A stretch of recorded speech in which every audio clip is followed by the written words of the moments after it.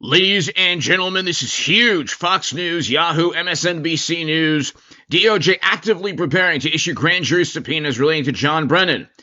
DOJ prepares to issue grand jury subpoenas as part of an investigation into John Brennan. Indictments essentially already written. He's already been essentially indicted. The evidence is overwhelming. We'll get to all the evidence. He lied numerous times, too many to count really, during testimony. Almost certainly during the Durham probe testimony, which falls within the statute of limitations, within the 5-year period. So within 5 years, John Durham, within the past 5 years, John Brennan has almost certainly lied to John Durham. The Durham probe ended in late 2022, early 2023. And the testimony from the Durham probe almost certainly is what will be the initial indictment of John Brennan. Then we'll have Russiagate conspiracy statutes that Comey and Brennan, Hillary Clinton, and others. Yes, it took 10 years, but Hillary Clinton is about to get indicted the next 3, 4, 5, 6, 7 months. This is huge. Hit subscribe. Go to H.A. Goodman's other channel right after this. We're growing that. We're almost at 20,000 subs there. We're almost at 300,000 subs here. It's because of you. FEC fines Hillary Clinton campaign and DNC.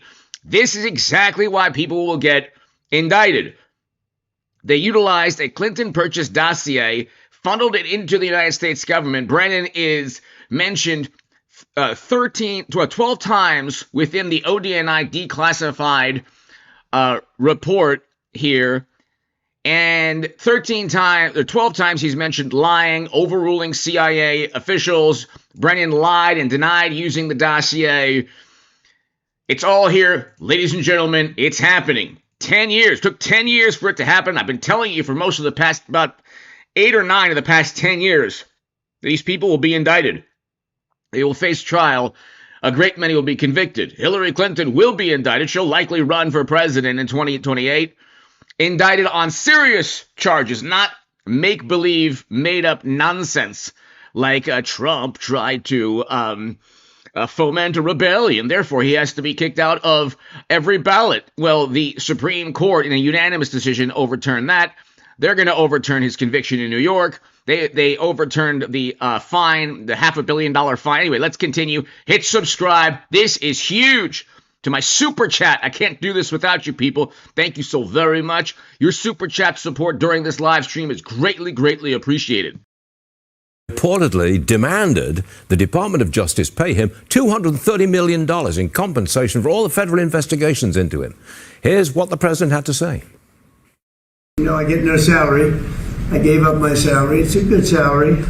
Not as much as these guys make, but that's okay. It's a lot of money. And I don't, as you know, I didn't take it in the first 4 years. I'm not taking it in these 4 years either. But as far as all of the litigation and everything that's been involved, yeah, they probably owe me a lot of money. But if I get money from our country, I'll do something nice with it, like give it to charity or give it to the White House. Well, House Judiciary Committee Chair Jim Jordan joins us this morning. Sir, Trump says the DOJ owes him money. If he gets it, he'll give it to charity. Yeah, but should he get it in the first place? Well, we'll see what what happens with the DOJ. What may happen if it goes to court. What I do know is no one has been harassed by the lawfare, by the weaponization of the Justice Department like President Trump. I mean, you can go all the way back to 10 years ago when they were spying on his campaign. Used the dossier, the dossier paid for by the Clinton campaign. Hired the law firm who hired Fusion GPS, who then hired a foreigner who wrote this garbage document that Jim Comey used at the FBI to take to the FISA court to get a warrant to spy on the other party's campaign, and then the special counsel, the impeachment, Jack Smith, Alvin Bragg, Fonnie Willis, on and on it goes. So you can see Jack Smith raided his home, for goodness sake. So all the harassment that he's had to deal with, you can see why there's that level of frustration, why he says that. And of course, if he's successful, he's going to do some give it to charity and do something. Maybe he'll use it to help offset the cost for the grand ballroom that's coming to the White House. I don't know, but I do know he's been harassed, and we've never seen lawfare and weaponization like we did with what the left did when they went after President Trump. I think the ballroom is already paid for with private funds. That's what I'm hearing anyway. All right, next one. You're calling on the Justice Department to prosecute ex-CIA Director John Brennan for the Russia hoax. All right, what's the charge? Well, you're not supposed to lie, but you're definitely not supposed to lie when you're under oath talking to Congress. And it looks like that's exactly what John Brennan did. He said he was not involved in any way with the dossier. He said the dossier was not part of the intelligence community assessment. Only problem is when ODNI Director Gabbard declassified a report from the House Intelligence Committee from a few years ago, it says exactly the opposite. In fact, it was in writing where John Brennan said the dossier warranted being in the intelligence community assessment. And maybe the best evidence was another official at the CIA actually confronted Mr. Brennan and said, hey, we can't include this dossier. There's no underlying intelligence to support this thing. It's garbage. And John Brennan responded, yeah, but doesn't it ring true? Showing that he was out to get the president. He wanted to get the president. And so this is pretty compelling, we think. And I'll be honest, I don't do many referrals. We've only done a few over my time in Congress. But this is one where I think the evidence clearly shows John Brennan wasn't square with us when he was asked about this. And frankly, it supported Congressman Gowdy several years ago asking about the dossier. We think he lied to Trey in that hearing several years ago. And of course, there's the irony that we got this information from Mr. Brennan where he was saying things that we think aren't true when we were deposing him about a different issue. The 51 former intel officials who signed that ridiculous letter back in 2020. It was a hoax, and somebody should be held accountable for it. So now we have grand jury subpoenas. The indictment is imminent. So federal prosecutors are preparing to issue subpoenas as part of a grand jury investigation into former CIA Director John Brennan. House Judiciary Chairman Jim Jordan referred Brennan to the DOJ last month. He's accusing Brennan of, quote, willfully and intentionally making false statements to Congress. Here's Congressman Brandon Gill with this. John Brennan is somebody who led the weaponization of the federal government against President Trump. He said that the CIA did not want to use the Steele dossier as part of its intelligence assessment that formed the baseline for the federal government going after President Trump. Come to find out, we have found out since then that it was himself who actually signed off on using the Steele dossier. He lied before Congress and he ought to be held accountable. Well, Justice Correspondent David Spun has been tracking this case for a long time. He's here in Washington. Hey, David. Hey, Shannon, this is a grand jury probe being run out of the U.S. Attorney's Office in Miami, Florida. We're told federal prosecutors who work in that office are in close coordination with federal prosecutors at the Justice Department headquarters here in D.C., and they are preparing subpoenas. Now, it's not new information that the former CIA Director John Brennan is under investigation. We first reported so in July. What is new, Shannon, is there's actual grand jury activity taking place related to Mr. Brennan. Now, it's not clear exactly what DOJ officials are probing, though. Brennan is frequently mentioned alongside former FBI Director James Comey and their involvement in the Trump-Russia investigation. Mr. Comey is already facing federal charges relating to allegations that he lied to Congress. Now, he was charged in Northern Virginia. That case is scheduled for trial in early January. The Justice Department, though, is declining to comment on any John Brennan grand jury probe questions, which is not unusual, as you know, because grand jury proceedings are secretive. Here is Brennan over the summer after he first learned he was under investigation. Quite frankly, I'm really shocked that, individuals who are willing to sacrifice their reputations, their credibility, their decency to continue to do Donald Trump's bidding on something that clearly is just politically based. It's important to note that a grand jury has a right to decline to charge Mr. Brennan as much as the grand jury has a right to charge him. But as of now, John Brennan has not been charged with any crime. Shannon? All right. Looking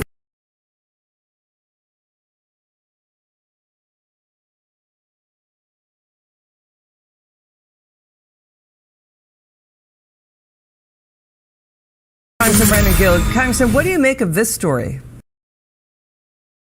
So John Brennan is going to be indicted not just for the Russiagate conspiracy statutes. He lied as well as James Comey numerous times. So James Comey lied about Andrew McCabe being a source and another individual, his liaison to the New York Times and others, he lied about leaking through these individuals. That's what Comey lied about. That's the initial indictment. The next indictment will be the conspiracy statutes. He conspired alongside all of these other people, Brennan and eventually Hillary Clinton, because she purchased the dossier. All roads lead to the financing for the Steele dossier, which is the Clinton campaign and Clinton herself. So all of these people will be indicted under conspiracy statutes.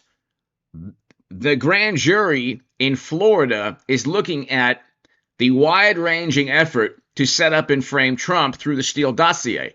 Everyone associated with the dossier will face trial.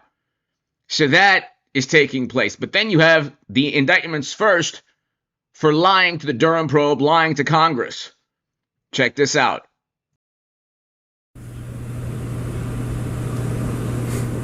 Congressman. Well, listen, thanks for having me on. You know, John Brennan is somebody who led the weaponization of the federal government against President Trump. He lied before Congress. He said that the CIA did not want to use the Steele dossier as part of its intelligence assessment that formed the baseline for the federal government going after President Trump. Come to find out, we have found out since then that it was himself who actually signed off on using the Steele dossier. He lied before Congress and he ought to be held accountable. So that Steele dossier was funded by the Hillary Clinton campaign and the DNC. It's anti-Trump opposition research that's been debunked. So let's go through it. House Judiciary Chair Jim Jordan referred John Brennan to the DOJ, saying the former CIA chief willfully and intentionally lied to Congress in his 2023 House Judiciary testimony. He's accused of denying that the CIA used the debunked, discredited anti-Trump Steele dossier in that 2017 intelligence community assessment for then President Barack Obama on Russian interference, and that he also claimed the CIA opposed, including the dossier in that. But he has a long litany of accusations against him that he's repeatedly been lying to Congress even before that. That's what the news reports show. Well, that's exactly, both he and as head of the CIA and over at the FBI have been lying repeatedly about what was going on under the Obama administration and under the Biden administration, by the way. And they ought to be held accountable. Listen, the American people want to know that those at the highest levels of government are going to be held accountable the same way anybody else in America would. That if you lie before Congress, you're going to be indicted. Let's move on to this. Let's get your reaction to Senator Lindsey Graham. He spoke on new evidence that has surfaced in the federal criminal case of James Comey, accused of lying to Congress and obstruction. He faces a January 5th, 2026 trial date. Watch this. I never believed that you would get, if you're the FBI director and you get an investigative memo from the CIA that Hillary Clinton is trying to tie her opponent, Donald Trump, to Russia, that wouldn't ring a bell. Now, what do we know now? We now found in a safe in a very remote area in the FBI, James Comey's notes 3 weeks later, dated September the 26th, 2016.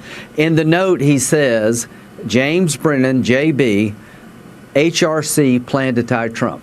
In his own handwriting, we now know that he was briefed that Hillary Rodham Clinton planned to tie Trump. So he lied about that also. He lied about everything. They all did.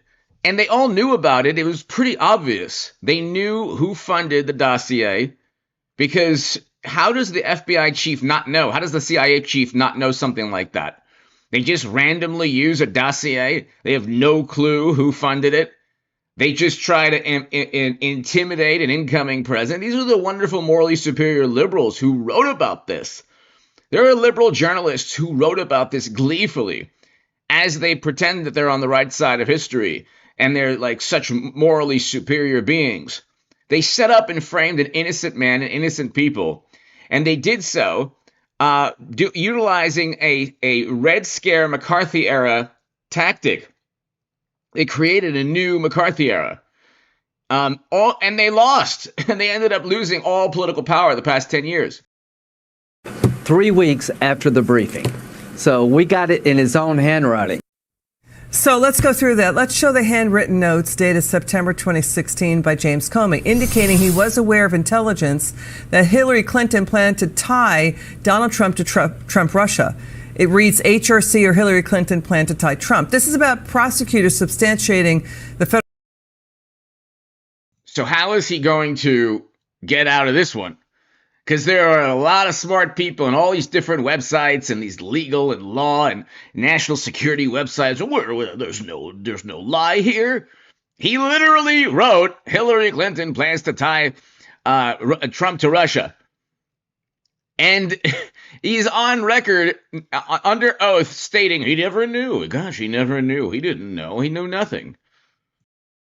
Federal charge of lying to Congress and obstruction. It's about establishing a pattern of him lying about this in his recollections and his testimony to Congress.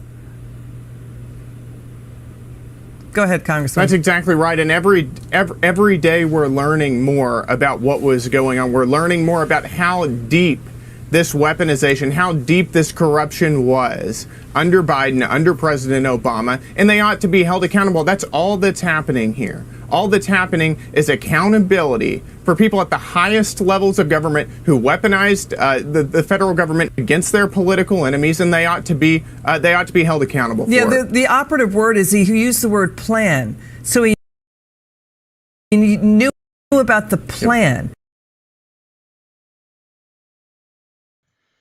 So they all planned and conspired against Trump. All of these people will face indictment very, very soon, and the grand jury probe is heating up. The indictments are essentially already written for Brennan. Once Brennan gets indicted, you had Comey and Brennan, who nobody ever thought, because they were so powerful at one point. They were so influential. They probably still are, but not nearly as much as they were, which is why they're indicted, or they're getting indicted. But then you get Hillary Clinton indicted. Then you get Democrats in 24/7 defense mode, defending the indefensible as always. For bad faith, deep state actors continue. Earlier today, the House Judiciary Committee Chairman Jim Jordan referred former CIA Director John Brennan to the DOJ for prosecution over allegations that he made false statements to Congress about his role in the Russia collusion hoax. In his letter, Jordan said, in part, quote, making false statements before Congress is a crime that undermines the integrity of the committee's constitutional duty to conduct oversight. Anyway, House Judiciary Committee Chairman Jim Jordan is with us with more. I've read your letter to Pam Bondi. It is a, powerful prima facie case. He directly lied to Congress numerous times, and you believe you have the evidence. Yeah, you're not supposed to lie, Sean, but you're definitely not supposed to lie when you're under oath talking to Congress. And that's exactly what it looks like John Brennan did. He said he wasn't involved with the dossier at all. He said that to us under oath. He said he didn't want it included in the intelligence community assessment, the report that's put together. But then ODNI Director Tulsi Gabbard declassified a report that said just the opposite. In fact, John Brennan put in writing that he felt the dossier should be included in the report. And more importantly, when he was confronted by an individual who works at the CIA, and the individual said, Mr. Brennan, this dossier just doesn't hold up. There's not the underlying intelligence to support it. And Brennan's response was, yeah, but doesn't it ring true? Showing his true color, showing that he was out to get President Trump. So we think he lied. We think it's clear. And I'll be, Sean, I don't do a lot of these. I've done very few referrals. You got to have the evidence to do this. We think it's there. We think it is clear. We appreciate what Tulsi released and declassified that report, and that's why we sent it to the Justice Department. And here's the part of the report that he's talking about. John Brennan lied and denied using the dossier. That's what's going to get everyone convicted. They overtly lied about it, and then they were on MSNBC and CNN, and they were sources for endless articles. They lied. They had the media lie for them for 10 years. 10 years. Because the hoax is still ongoing. Okay, it's still ongoing. It's a myth. They created their own mythology. That's what took place. And they can't possibly look in the mirror and say they lost in 2016, they lost in 24, they're going to lose in 28. They might get little victories in Virginia. Trump didn't need Virginia to win. It was a landslide. It was a modern day landslide. Anyway, let's continue. And we'll see what the Attorney General Bondi and Deputy Attorney General Blanche do with it now. They rejected the first intel assessment. Senior career intel officials at the CIA concluded there was no Trump-Russia collusion after the 2016 election. The declassified documents say Obama himself ordered it. And didn't they include, and didn't Brennan know, and wasn't he a part of the meeting that took place about a new intelligence assessment in this case? Yeah. They changed the report between Election Day 2016, Inauguration Day in January 2017. They changed it in December. And they changed it to say something that wasn't supported by the intelligence. And then, to make matters worse, they go up to Trump Tower on January 6, 2017, and brief the president on the dossier that they know is garbage. Imagine if Bush and Cheney and Rumsfeld had done that to President Obama in 2008. Oh, we have a dossier about you. By the way, Clinton was working on a dossier for President Obama. I think that was in a Newsweek article. We talked about that several weeks back. Someone in the CIA who's familiar with the underlying intelligence told Director Brennan, you shouldn't use this. It doesn't hold up. But his response again was, doesn't it ring true? We're going to go up, set up President Trump. High tones. Thank you. Thank you for being here. Hope all is well. And create the predicate for Mueller and all the other garbage they did in his first term. And I always point out, this is when it all began. And remember, Sean, with John Brennan, there's a pattern. We include this in our letter. I think he lied to Congressman Gowdy back in 2017 about this very subject. We include that. And the irony, of course, is he lied under oath to us when we were questioning him about a different issue. The 51 former intel officials who signed that garbage letter saying the Hunter Biden laptop was a Russian information operation, which was pure garbage. So there's a pattern with Mr. Brennan. We illustrate that. But the clear evidence where he violated 18 U.S.C. 1001, we believe, is when he made those statements and then Director Gabbard, God bless her, released the declassified report that said something entirely different. So this testimony right here is exactly what he's talking about. This is the 2017 testimony, but he repeated himself almost certainly during the John Durham probe and during the investigation into the 51 intel officials that lied through their teeth about Hunter's laptop. Check this out. He literally states, and I'm not going to interrupt his testimony and his perjury, but he literally states, I don't do evidence, I do intelligence. Meaning he doesn't correlate evidence with intelligence and vice versa. And to him, to Brennan, intelligence is just a hunch. It's just a feeling. It's like Spidey sense. It's like liberal intel agency Spidey sense. That there's no need for evidence to correlate with intelligence because he never had any evidence with Trump, and he fabricated, along with Clinton and Comey and others, the evidence. Check this out. This is unbelievable, and this is the basis for a conviction of John Brennan right here. With the Russian trying to involve themselves in our election. Did you ever find any evidence, as the ranking member spoke of collusion while you were the director, did you find direct evidence of collusion between the Trump campaign and Putin in Moscow while you were there? Mr. Rooney, I never was an FBI agent. I never was a prosecutor, so I really don't do evidence. I do intelligence throughout the course of my career. As an intelligence professional, what we try to do is to make sure that we provide all relevant information to the Bureau if there is an investigation underway that they are looking into criminal activity. As I mentioned in my opening statement, I was convinced in the summer that the Russians were trying to interfere in the election. And they were very aggressive. It was a multifaceted effort. And I wanted to make sure that we were able to expose as much of that as possible. But was there intelligence that said that the Trump campaign was colluding with Moscow during their campaign? There was intelligence that the Russian intelligence services were actively involved in this effort. And having been involved in many counterintelligence cases in the past, I know what the Russians try to do. They try to suborn individuals. And they try to get individuals, including U.S. persons, to act on their behalf either wittingly or unwittingly. And I was worried by a number of the contacts that the Russians had with U.S. persons. And so therefore, by the time I left office on January 20th, I had unresolved questions in my mind as to whether or not the Russians had been successful in getting U.S. persons involved in the campaign or not to work on their behalf, again, either in a witting or unwitting fashion. And so, therefore, I felt as though the FBI investigation was certainly well-founded and needed to look into those issues. When you talk about, and I am running out of time, but hopefully I'll be able to circle back, can you describe their capabilities beyond just propaganda and actual infiltrating, whether or not there was, you had intelligence to infiltrate the campaign with capabilities beyond just propaganda and beyond just reaching out or trying to influence the news or the campaign? And how long have we known about these type of capabilities?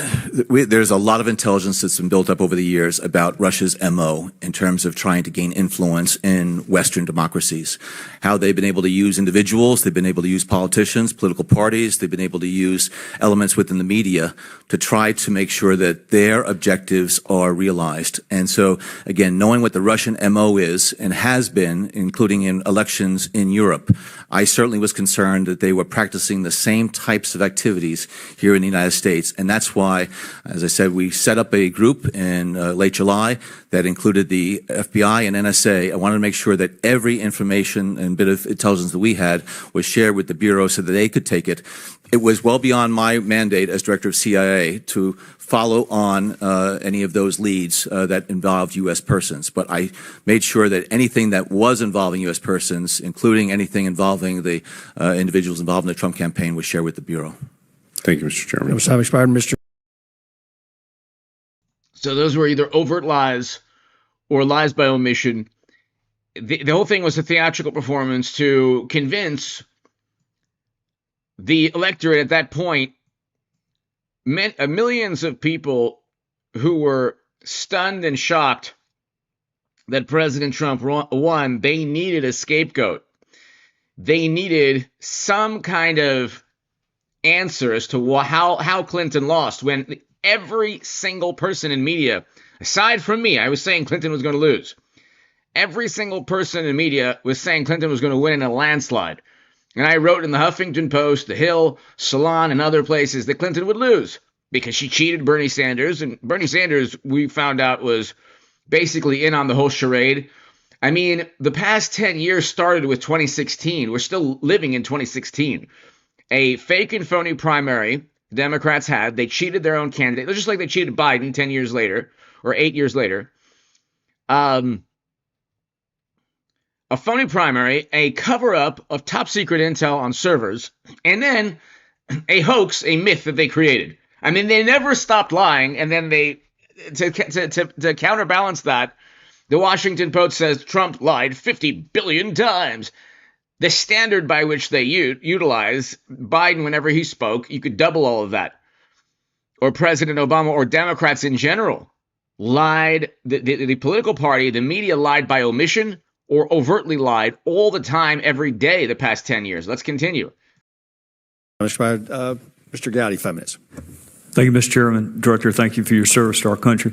Let's go back to where we were a couple of minutes ago. You mentioned, or you testified, that you had a conversation in August of 2016 with your Russian counterpart. You testified that you briefed at least 8 members of Congress throughout the pendency of your investigation. And who is sitting behind Trey Gowdy? That should tell you about the upcoming indictments. When you learned of Russian efforts, and we'll get to that in a minute, because my understanding from your unclassed report is Russia has historically attempted to interfere with our electoral process, and they did so without coordination, collusion, or conspiring with any of the candidates. So they have a history of doing it. We'll lay that aside for a minute. 2016 electoral process. When you learned of Russian efforts, did you have evidence of a connection between the Trump campaign and Russian state actors? As I said, Mr. Gowdy, I don't do evidence. And we were uncovering information and intelligence about interactions and contacts between U.S. persons and the. That's the one thing he told that's true. He doesn't do evidence. The entire thing was based on no evidence, just fabricated nonsense. That's the one thing he truthfully stated in an effort to mislead Russians. And as we came upon that, we would share it with the Bureau. I appreciate that you don't do evidence, Director Brennan. Unfortunately, that's what I do. That's the word we use. You use the word assessment. You use the word tradecraft. I use the word evidence. And the good news for me is lots of my colleagues on the other side of the aisle use the word evidence too. One of my colleagues said there is more than circumstantial evidence of collusion between the Russians and the Trump campaign. They should have stopped this entire thing in 2017, right in Trump's first year. And actually, when he first was sworn in, if Brennan said the only truthful statement he made, once he said, "I don't do evidence," that's it. No more investigation. Investigations are predicated upon evidence, which is what everybody has with Comey and Brennan and Clinton and others. Once he said they don't do evidence, there should never have been a Mueller probe. Now, there are only two types of evidence. There's circumstantial and direct. So if it's more than circumstantial, by necessity, it has to be direct. Those aren't my words. Those are the words of one of my colleagues on the other side of this very committee. Another Democrat colleague on the other side of this committee also used the word evidence, that he has seen evidence of collusion between the Trump campaign and the Russians. And yet a third California Democrat said she had seen no evidence of collusion. So that's three different members of Congress from the same state using the same word, which is evidence. And that's the word that my fellow citizens understand, evidence. Assessment is your vernacular. Tradecraft is your vernacular. You and I both know what the word evidence means. And we're not getting into whether or not you corroborated, contradicted, examined, cross-examined. We're not getting into how you tested and probed the reliability of that evidence. It's a really simple question. Did evidence exist of collusion, coordination, conspiracy between the Trump campaign and Russian state actors at the time you learned of 2016 efforts? I encountered and am aware of information and intelligence that revealed contacts and interactions between Russian officials and U.S. persons involved in the Trump campaign that I was concerned about because of known Russian efforts to suborn such individuals. And it raised questions in my mind, again, whether or not the Russians were able to gain the cooperation of those individuals. I don't know whether or not such collusion, that's your term, such collusion existed. I don't know. This is how nefarious all of that is. I don't know if collusion, and that's your term? No, that's his term. Notice how he distances himself from the consequences of his criminal activity. He, along with Comey and others, created this, not Gowdy, but obviously I'm talking about Brennan. Okay, Brennan created a Cold War McCarthy era Red Scare myth. Then under oath he says, "Well, I'm not. It's collusion is your term, not mine." It's like, no, that's the term that you wanted the entire world to latch onto. It's so overtly criminal. It's unbelievable. Let's continue.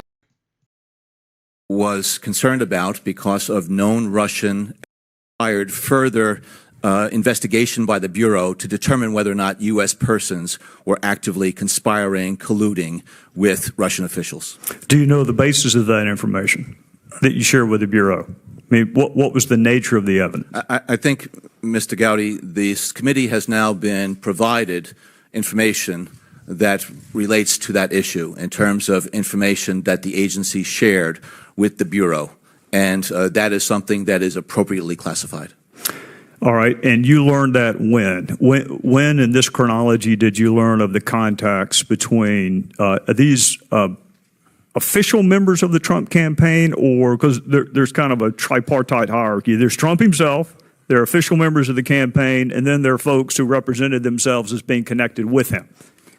I'm not going to try to identify individuals nor try to parse it. I don't want you to parse it. I just want you to identify the individuals.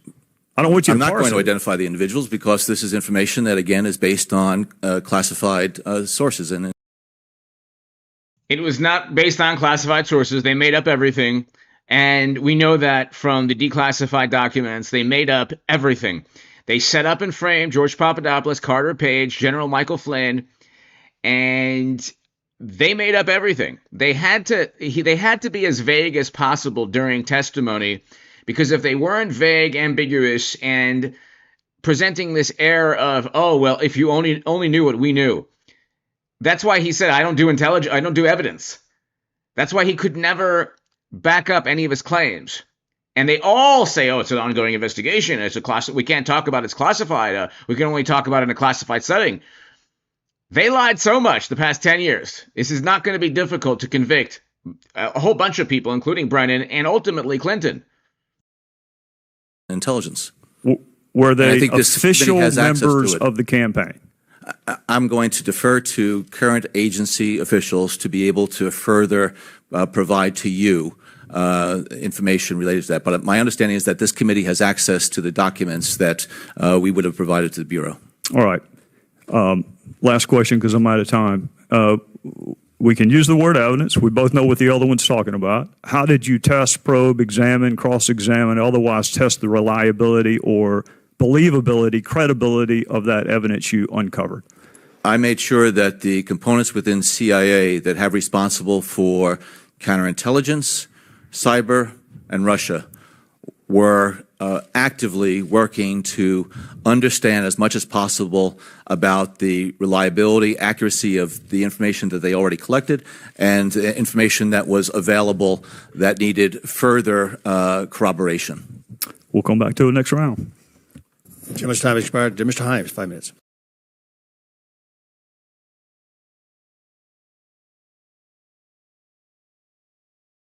Our elected leaders as we see fit. Do you know why Americans yearn for this? Did the CIA rely on it? No. Why not? Do you know? Mr. Crawford, 5 minutes. Mr. Crawford, 5 minutes. Thank you, Mr. Chairman. I will yield to the gentleman from South Carolina. You may ask Mr. Gowdy. I thank my friend from Arkansas. Director Brennan, do you know who commissioned the Steele dossier? So this is about 2 hours into the testimony, and this, ladies and gentlemen, is exactly why Brennan will be convicted almost certainly. I don't. That is one of the greatest lies in American political history. Let's listen to that right now. That is not only a lie, it's so absurd how the chief of the CIA would not know about a dossier he utilized to investigate an incoming Republican candidate. I mean, Comey and Brennan would have you believe that they just were given a piece of paper and they said, well, we have to accuse Trump of everything in this. It's just unbelievable. Check this out again. Related to that, but I don't know. I have no firsthand knowledge of that. Do you know whether in for something? Mr. Crawford, 5 minutes. Thank you, Mr. Chairman. I will yield to the gentleman from South Carolina. You may ask Mr. Gowdy. I thank my friend from Arkansas. Director Brennan, do you know who commissioned the Steele dossier? I don't. Do you know if the FBI paid for any portion of the Steele dossier? I don't know. I know that there are press reports related to that, but I don't know. I have no firsthand knowledge of that. Do you know whether any of the underlying allegations made in the Steele dossier were ever tested, probed, examined, cross-examined, whether the sources were examined for reliability, credibility? I know that there were efforts made by the Bureau to try to understand whether or not any of the information in that was valid, but I don't have any firsthand knowledge of it. Do you know if the Bureau ever relied on the Steele dossier as part of any court filings, applications, petitions, pleadings? I have no awareness. Did the CIA rely on it? No. Why not? So this is all lies. Lies. It's all declassified. We know they used it. They relied on it. They knew who purchased it. They knew. How could they not know? That's so absurd. How could you not know if you are the head of the CIA? You don't know? You don't know who purchased the Steele dossier? That's not like... Nobody questions, oh, here, Brennan and Comey, here's a whole bunch of notes on Trump in a Moscow hotel room. Oh, okay. We're only the head of the FBI and CIA. Let's not even... This could be, I don't know, foreign countries setting up, which it was, setting up and framing Trump and, filtering it through the U.S. government. But you know what? Let's use it anyway. I have no clue who this came from, but we'll still use it. Does that make any sense at all? I mean, this is completely absurd. So this is right here, about two hours into it. This is where he's likely to repeat all of this during the Durham probe, and that's the perjury. That's part of the conspiracy as well. This is clear cut, ladies and gentlemen. Because we didn't. It wasn't part of the corpus of intelligence information that we had. It was not in any way used as a basis for the intelligence community assessment that was done. It was not. All right, this is my last line of question. I hope I have waited sufficiently long enough to ask you about leaks to not inflame the anger of our friends in the media who think Republicans are hyper-focused on it. So you just heard all of that perjury. Okay, Brennan lied and denied using the dossier. But we know from the declassified documents... And do you think this is the only thing Tulsi Gabbard and John Ratcliffe have? There's probably so much information. So much information. Let's listen to this again. And I pray that that's what we'll do. Thank you, sir, for your decades of service and for your presence here today. Gentleman's time has expired. Mr. Crawford, 5 minutes. Thank you, Mr. Chairman. I will yield to the gentleman from South Carolina. Thank you, John Brennan, for your decades of creating a fake, phony Russia hoax and thrusting the country into a new Cold War. Thank you so much. It's been so wonderful. You may ask Mr. Gowdy. I thank my friend from Arkansas. Director Brennan, do you know who commissioned the Steele dossier? I don't. Do you know if the FBI paid for any portion of the Steele dossier? I don't know. I know that there are press reports related to that, but I don't know. I have no firsthand knowledge of that. Do you know whether any of the underlying allegations made in the Steele dossier were ever tested, probed, examined, cross-examined, whether the sources were examined for reliability, credibility? I know that there were efforts made by the Bureau to try to understand whether or not any of the information in that was valid, but I don't have any firsthand knowledge of it.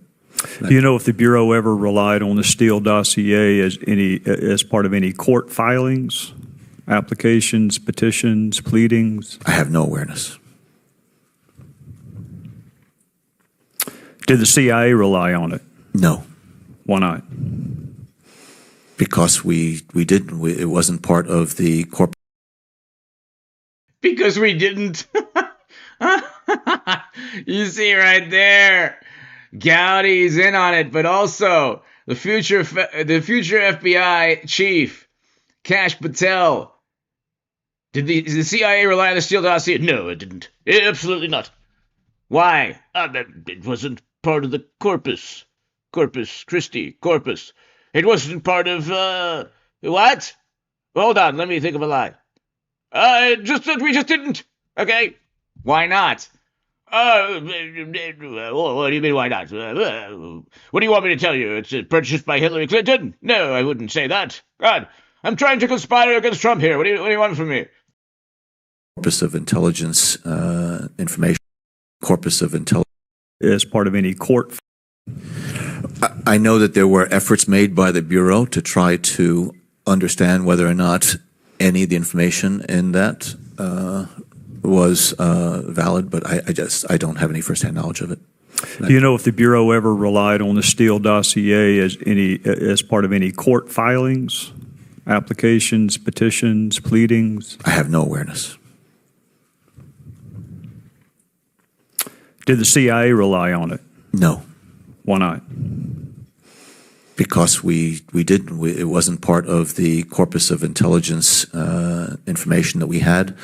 It was not in any way used as a basis for the intelligence community assessment that was done. It was not. All right, this is my last line of question. I hope I have waited sufficiently long enough. The level of perjury there is just unbelievable. Look at Kash Patel. The level of perjury there. Everyone is astonished. The lies. Trump is a saint compared to all the lies that have been told from Brennan, media, Clinton, and others. Comey. It's just unbelievable. I mean, but we knew this 10 years ago. We knew this 8 years ago, 2017. We knew all of this. This was apparent to everybody with a functioning brain cell. Enough to ask you about leaks, to not inflame the anger of our friends in the media who think Republicans are hyper-focused on it, so we'll just do it last. Some of your colleagues have testified that our surveillance programs are critical, vital, indispensable to our national security. Do you agree with their assessment? Speaking generally, yeah. After President Trump won his first term. During that 4-year period of time, think about the countless interviews that Barack Obama, Joe Biden, Jim Clapper, James Comey, John Brennan gave to the public, and testimony that they gave under oath about how Russia was involved in our election. And not one time, not a single time, did they ever reference what became verified intelligence, a Hillary Clinton plan. Verified, Maria, because in 2020, Hillary Clinton's own campaign manager took the oath under penalty of perjury in the trial of Michael Sussman and was asked about this plan and said, yes, there was a plan, and Hillary Clinton personally approved it. So all they did was talk about the fake Steele dossier, but never talked about the true intelligence, the true origins of the Russia collusion hoax, was that this was a Hillary Clinton campaign scheme. Yeah. Really incredible. The director went on to tell Maria there is more intelligence to be declassified, and soon.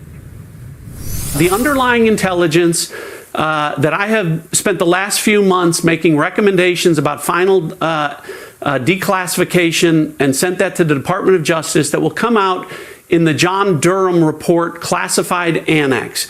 And what that intelligence shows, Maria, is that part of this was a Hillary Clinton plan, but part of it was an FBI plan to be an accelerant to that fake Steele dossier, to those fake Russia collusion claims, by pouring oil on the fire, by amplifying the lie and burying the truth of what Hillary Clinton was up to.